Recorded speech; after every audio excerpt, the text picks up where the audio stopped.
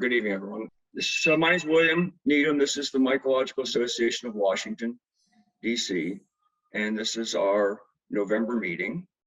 You'll notice the top thing, the Mycovore's winter. So the first part of this is going to be about eating mushrooms that are cultivated, because in the winter it's a little bleak in finding edibles. So we're going to talk a little bit about some of the stuff that's available that you can get in the store. So on the left, you'll notice mushroom jerky. That's a fairly new product.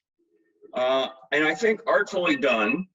This one happens to be teriyaki ginger. I'm not sure I approve of the flavors, but notice the universal product code right below it here.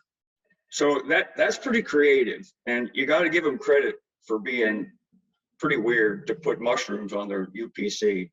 I'm kind of surprised they let them do it. So on the right here, this is the supermarket shelf at Whole Foods. This is just a whole selection of different pom-poms and all kinds of, there's oysters in there.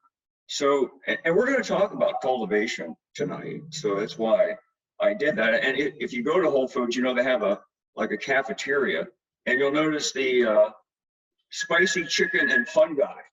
I showed this once before, but I'm assuming that's not chicken. And in the middle, I've also brought this up before, but I'm not a salesman for corn, and corn is not a made-up name. It's a city in England.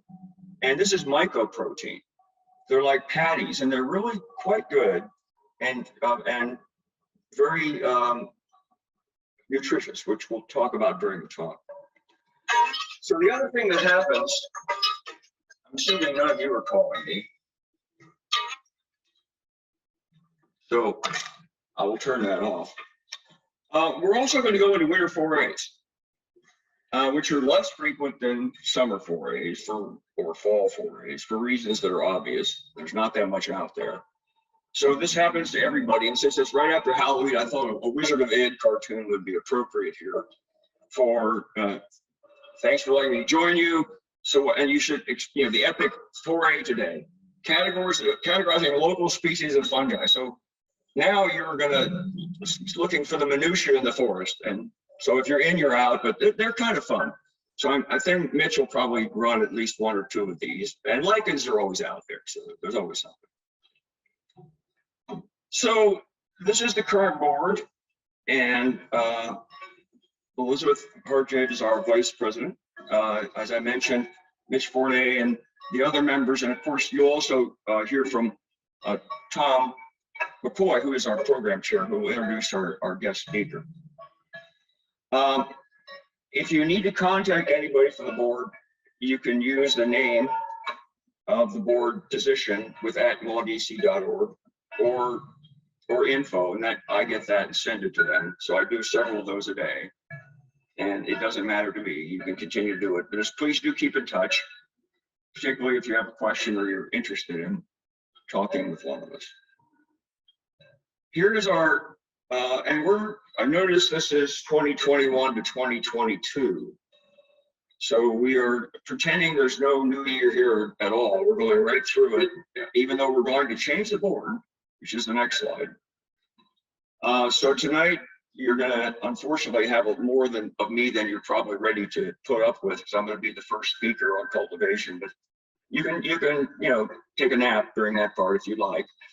Then you'll hear, of course, from Mitch. Then we're going to talk about fungal toxicity, the main program. And then next month, we're going to do the closeout to our photo contest. And our first vice president, at the time will be president, will do a mushroom decoration. And we'll hear about the legend and lore of mushrooms just in time for Christmas. Then for the new year, we're going to do some repeat performances from our Sequinota Foray. And finally, in February, and by the way, we have programs all the way scheduled out through April, I think, so every month. But the one in February you should take note of, that's Dr. Suzanne Samard. She's the one who did all the work on mycorrhizal associations. So she's going to give a talk on finding the mother tree, which is her new book. And of course, Mitch will be there throughout for his mushroom identification. So I sent out 2 weeks ago a list to all MAW members about the nominees for the 2022 MAW board. And you'll see there aren't too many changes. I've been president for 5 years, and so I'm backing away slowly, which is why I'm going to stick around for first vice president when Elizabeth Hargrave takes over next year. And the other new faces will be April Thompson as culinary. I will stop saying culinary maybe after this year and say culinary, but don't bet on it. And Bruce Boyer moves over to second vice president, and a new member, Tom Moore, a new board member, will take over as membership. We're going to say goodbye to Jared Urchek and to Rick Silver, who's both going to remain active, perhaps in a position on one of the other committees. So at this point, this meeting, we are supposed to take nominations from the floor. We don't have a floor. So if you have someone you want to nominate for one of these positions, either send me an email, you can put it in the chat room if you want. So if we don't have anything, we're going to assume that this slate is the ones you're going to vote on, and you'll get a ballot in about 2 weeks. Hopefully I won't screw it up this time, but again, don't bet on it, but you will get a ballot. So November meeting notes. We had a board meeting Thursday, so we kind of closed out the new year, old year. And here I want to mention our website. I have the address at the bottom, and also our YouTube channel, which has got all of our programs. So if you want to go back and look at any of them, including the mushroom identification portion, so they're all there. We have a scholarship committee, which we just set up about 3 months ago, chaired by our science advisor, Dr. Megan Romberg, and we are interested in people who know of students, teachers who would be interested in doing something with fungi, or you yourself have a project you have in mind. We have scholar, and also if you're interested in being on the committee to look at some of these things. The MAWDC photo contest is, I think, over officially October 31st, but I'm sure if you snuck a picture in, Tom will look at one. We'll see those next month. We've already got our Sequanota weekend Foray set up for next year. Those are the dates. It's going to be over Labor Day weekend, so you might think about that in advance. And also our mushroom fair is already planned.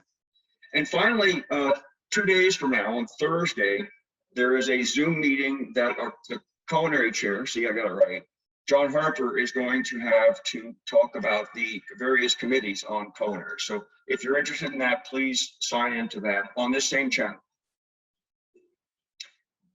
So very briefly, Fungi in the News was pretty bleak, but there was one very interesting thing. I remember last 2 months ago, I mentioned the Texas fungus. They had the state fungus, which was a star, which was, pretty appropriate. Well, Illinois is a state microbe, which was a fungus.